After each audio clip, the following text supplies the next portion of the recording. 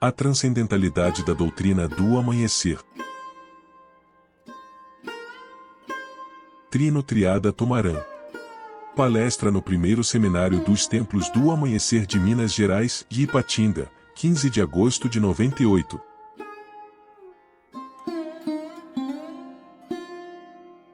Capela. Nos anos 60, quando iniciava sua jornada para concretizar a doutrina do amanhecer, tia Neiva teve os primeiros desdobramentos nos quais manteve contato com seres de outro planeta. Em seu livro, 2000, A Conjunção de Dois Planos, o mestre Tumushi nos relata a primeira viagem que Coataí 108 fez à Capela, na constelação do Cocheiro. A bordo de uma nave cheia de instrumentos, Donson Plata conduziu-a ao planeta monstro, assim denominado por ser muitas vezes maior que a Terra, e ser considerada a sexta, entre as estrelas mais brilhantes. Donson Plata explicou que aquela bela bola luminosa, gasosa e colorida, era composta por 4 mundos diferentes e separados. Um deles chamava-se Umbanda, que significa a banda de Deus, ou o lado de Deus, e era parte, pura, do planeta. Outro era Capela, que significa última espera ou guarnição do nicho de Deus. Ali vivem os seres a quem chamamos Cavaleiros de Oxóssi, seres físicos que têm importante função na Terra, e se apresentam desmaterializados. Os habitantes de Capela são gente como nós, espíritos ocupando corpos físicos, moleculares, mas sua composição é diferente da nossa.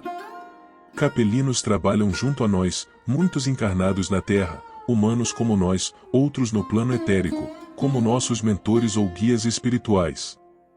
Tia Neiva ficou surpresa ao ser apresentada a um capelino, chamado Stuart, a quem sempre conheceu como nosso querido Tiãozinho. Assim, os capelinos tentam mudar os rumos da humanidade na Terra, instruindo espíritos que aqui voltam a reencarnar, auxiliando os desencarnados nas casas transitórias, atuando como missionários encarnados, ensinando, protegendo, amparando o homem em sua jornada de volta ao planeta-mãe. Os espíritos que se comunicam conosco são seres físicos, lidam com processos materiais, diferenciados, portanto, dos processos dos espíritos e têm uma tarefa a executar. Utilizam nossa mediunidade e também fazem suas projeções de capela, diretamente, ou de espaçonaves, às amaceis. Esta ligação foi feita por força da nossa missão na Terra, para onde viemos espiritualizar o homem que aqui existia, fruto da evolução no planeta, mas que se encontrava em estágio primitivo.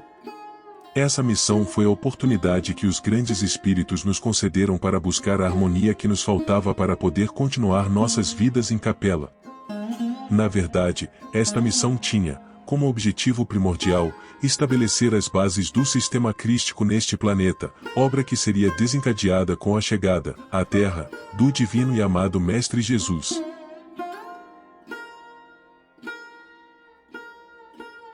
Os capelinos na Terra.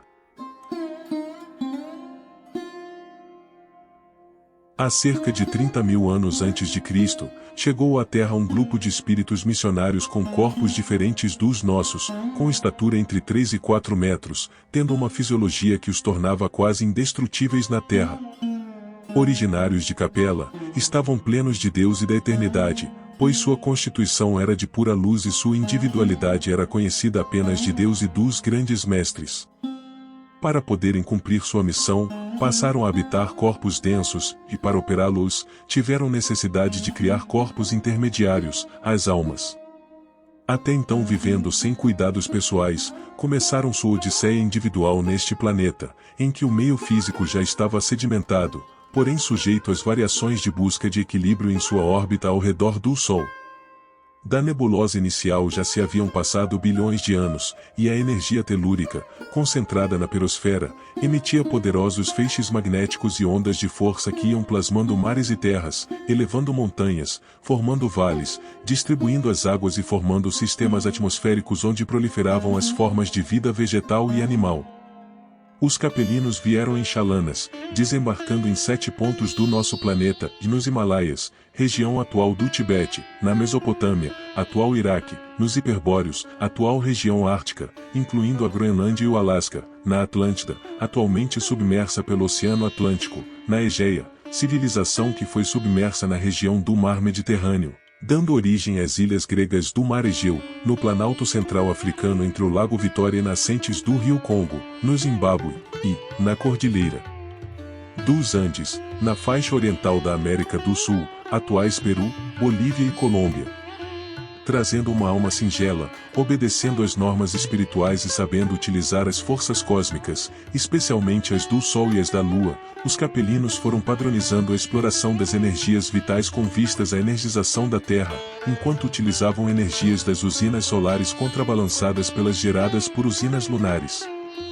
Cada uma das regiões ocupadas tinha seus planos evolutivos, sendo controladas suas alterações na crosta terrestre e dispondo de aparelhos específicos para os trabalhos. Sendo de constituição diferente dos terráqueos e portando grandes poderes, são lembrados por vestígios desse início civilizatório, principalmente pela mitologia desses povos, pois eram verdadeiros deuses, portadores de forças prodigiosas e de conhecimentos fantásticos. Raiz dos Himalaias.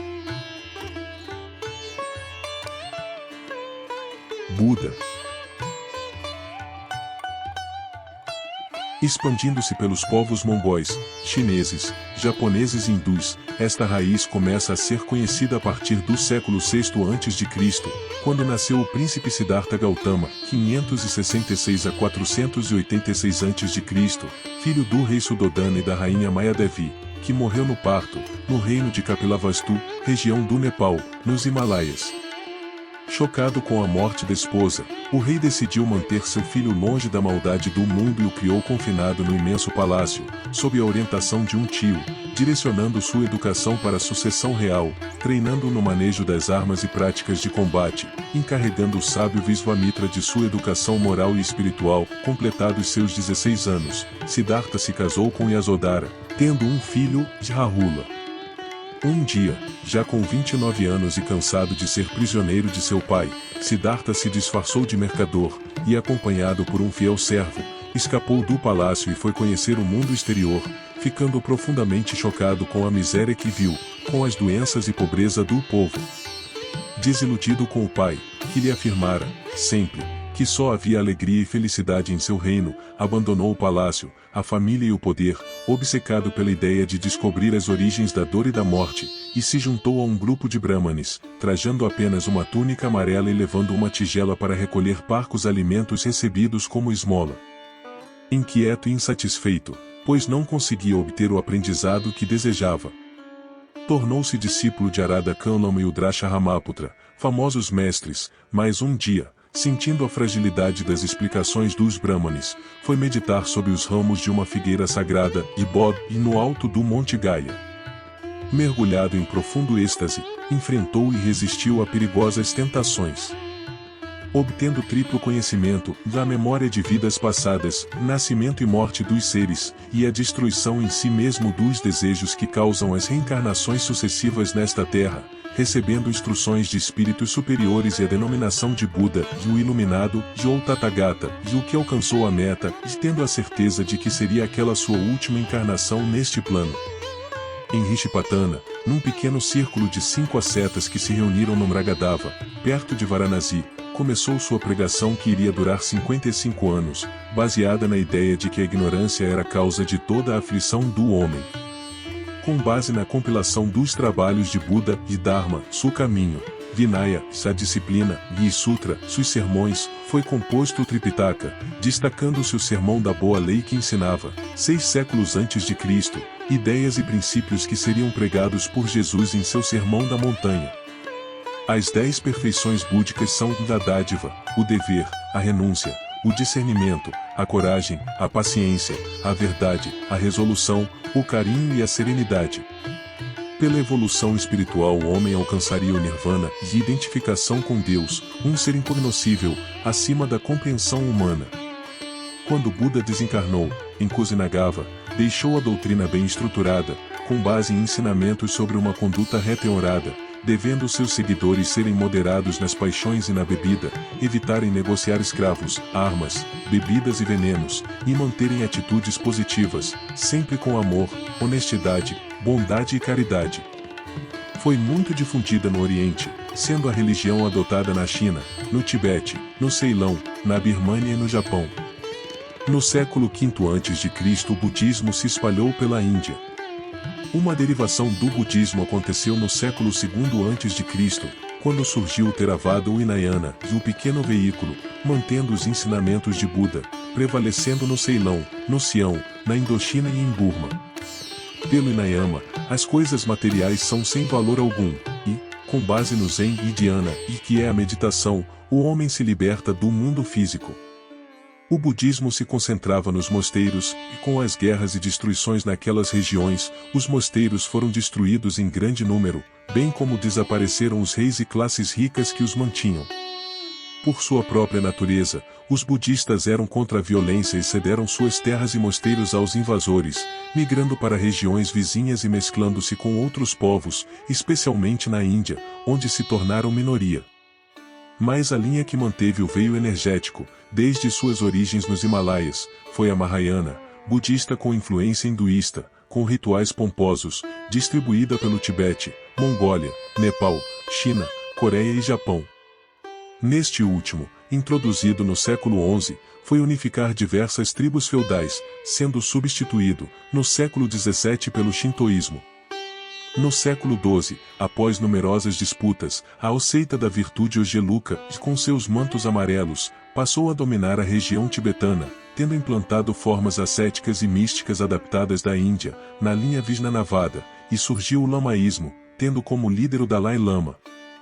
Com grande poder espiritual e político, sediado em Lhasa, considerado como reencarnação do Bodhisattva Avalokitesvara, tendo como líder religioso o Panche Lama, que busca e indica o sucessor do Dalai Lama quando este desencarna. Esta raiz, e o mundo encantado dos Himalaias, é invocada na doutrina do amanhecer, especialmente na consagração da elevação de espadas. No Tibete, durante séculos, foram preparados muitos iniciados, que trabalharam em concentração, como verdadeiros espíritos extraterrestres. Não há, para cientistas e pesquisadores na atualidade, qualquer explicação plausível para tal concentração de intensidade de conhecimentos transcendentais e de construções naquelas montanhas, nas condições mais adversas. Enquanto as outras raízes foram desaparecendo, por questões ligadas à própria evolução psicofísica de seus descendentes, a do Himalaia permaneceu ativa. Houve uma transferência daquele foco crístico para a área onde estavam concentrados os vários tipos de humanidade, na Palestina, lugar escolhido para a chegada de Jesus. Entre o Tibete e o Oriente Médio havia uma comunicação, apesar da distância imensa. A comunicação era rápida, e na época de Jesus, José de Arimateia era o responsável por estas comunicações.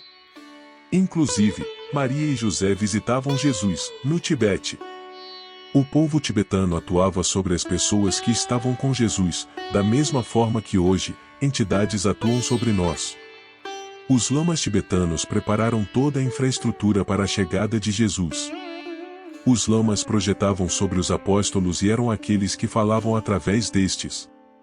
Daí a ligação entre os tempos mais remotos, mais longínquos, e os grandes iniciados, que estavam preparados para receber aquele impulso crístico.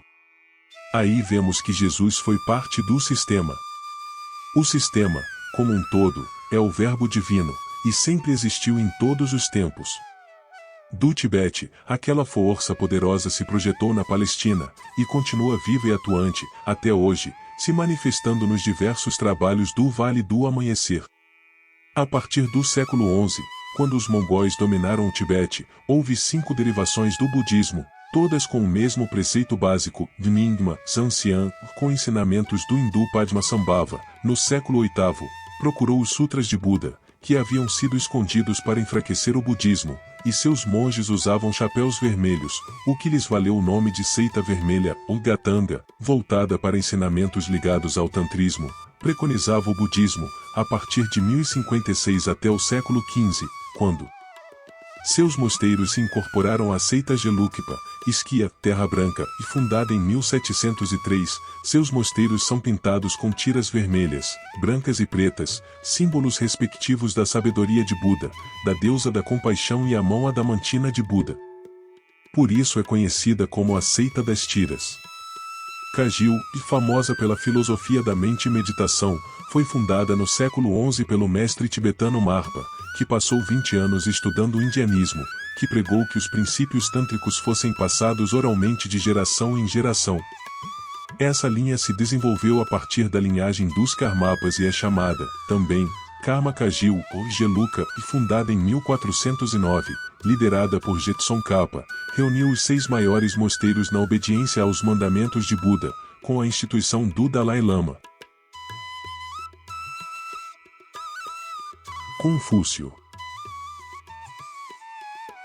Kung Fu Tze, o mestre Kung, e viveu no norte da China de 551 a 479 a.C., e foi um grande moralista, embasando seus ensinamentos no ideal do equilíbrio exterior e fruto da ordem e da harmonia, e convivendo com o equilíbrio interior e ordem, equidade e amizade.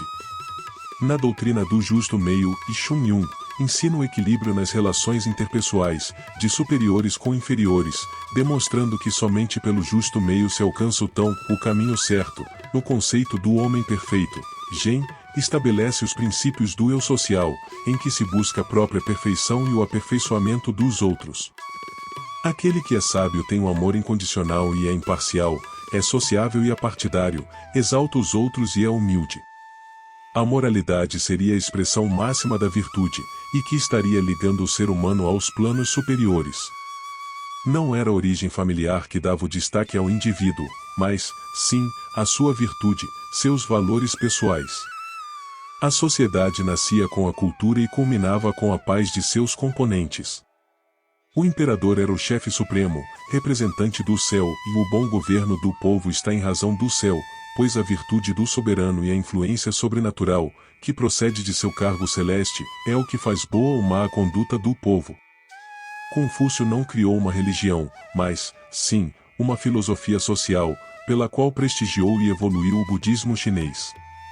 No ano 180 da era cristã, o imperador chinês Wuti declarou o confucionismo base do Estado, só sendo este ato revogado em 1912, com o surgimento da República da China. Na doutrina dos ritos sociais chamados de Li, dispõe Confúcio as bases da ordem moral e social. O respeito sem o Li é baixeza, a prudência sem o Li é temor, o valor sem o Li é arrogância, a humildade sem o Li é vergonha. O imperador Qin foi o grande instrumento para unificar as diversas províncias da China. Embora buscando seguir a filosofia de Confúcio, lançou-se às batalhas com reinos vizinhos, conseguindo aniquilar as crenças de diversos deuses e implantar o budismo numa grande região. Para preservar seu império, em cerca de 300 a.C., foi iniciada a construção de muralhas fortificadas, ao norte, protegendo as terras dos ataques dos hunos. Com a unificação dos estados feudais do centro e do sul, as muralhas foram reparadas, unidas e ampliadas, demarcando a fronteira norte do Império Qin, formando a Grande Muralha, uma das maravilhas do mundo, que pode ser vista até mesmo pelos astronautas em órbita da Terra. A raiz da Mesopotâmia. Encontramos os preciosos veios da verdade em todas as linhas derivadas das primitivas regiões onde se iniciou a missão dos capelinos.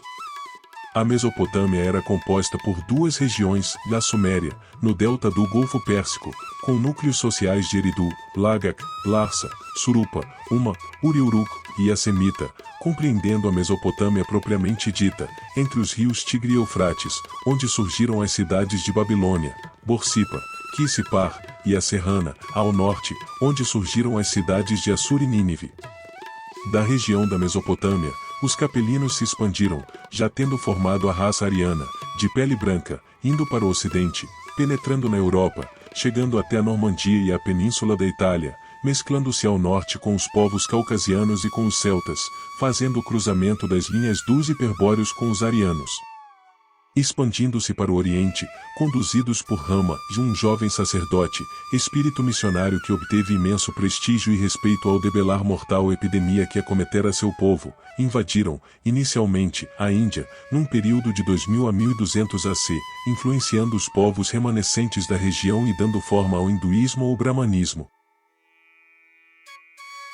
O hinduísmo, considerado, historicamente, a religião mais antiga do planeta, com acervo de mais de 10.000 anos antes de Cristo afirmando ser Brahma o Ser Supremo, o Deus onipotente, onisciente, infinito, ilimitado, eterno, manifestado objetivamente no universo, que não podia ser compreendido pela inteligência criada e finita como a do homem. A evolução se faria através dos reinos mineral, vegetal e animal, de forma progressiva, através da reencarnação e samsara e presidida pela lei de causa e efeito e karma. Já afirmava uma trindade, Brahma, o Criador, Vishnu, o Conservador, e Shiva, o Destruidor e o Regenerador. Na realidade, estes seriam 3 aspectos ou manifestações de Brahma. Estabelece que o universo está composto por 7 planos ou níveis, com apenas 5 manifestados, o físico, o astral, o mental, o búdico e o monádico, governados pelos deuses Kaluti, terra, Varuna, água, Vayu, ar, Agni, fogo, e Indra, éter ou Akasha. Um dos mais importantes livros do hinduísmo é o Mahabharata e a Grande História, e do qual fazem parte o conhecido Bhagavad Gita, com os diálogos de Arjuna e Krishna sobre a vida e a morte. Arjuna pergunta como um homem que, nesta vida, cumpra seus deveres morais e religiosos, pode se livrar do peso de seu karma, e Krishna lhe diz que as boas ações, conduzidas pelo amor a Deus e não para a obtenção de benefícios materiais, podem aliviar o karma, e, pela harmonia com Deus, o homem pode anular pontos do seu ciclo de reencarnações. Há, também, o Ramayana e o Caminho de Rama, de onde são relatados fatos da vida do príncipe Rama, que seria a 7ª reencarnação de Vishnu, e saindo da Índia invadiu a Europa, levando a predominância de seu povo, ariano, àquelas regiões.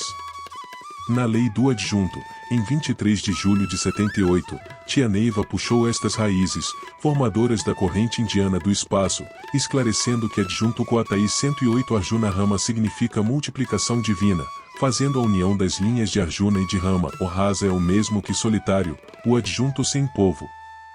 Os 7º raios se projetaram na força de Devaki Gita, ilimitado, e os 6º raios na raiz de Deira, continuação ou continuidade.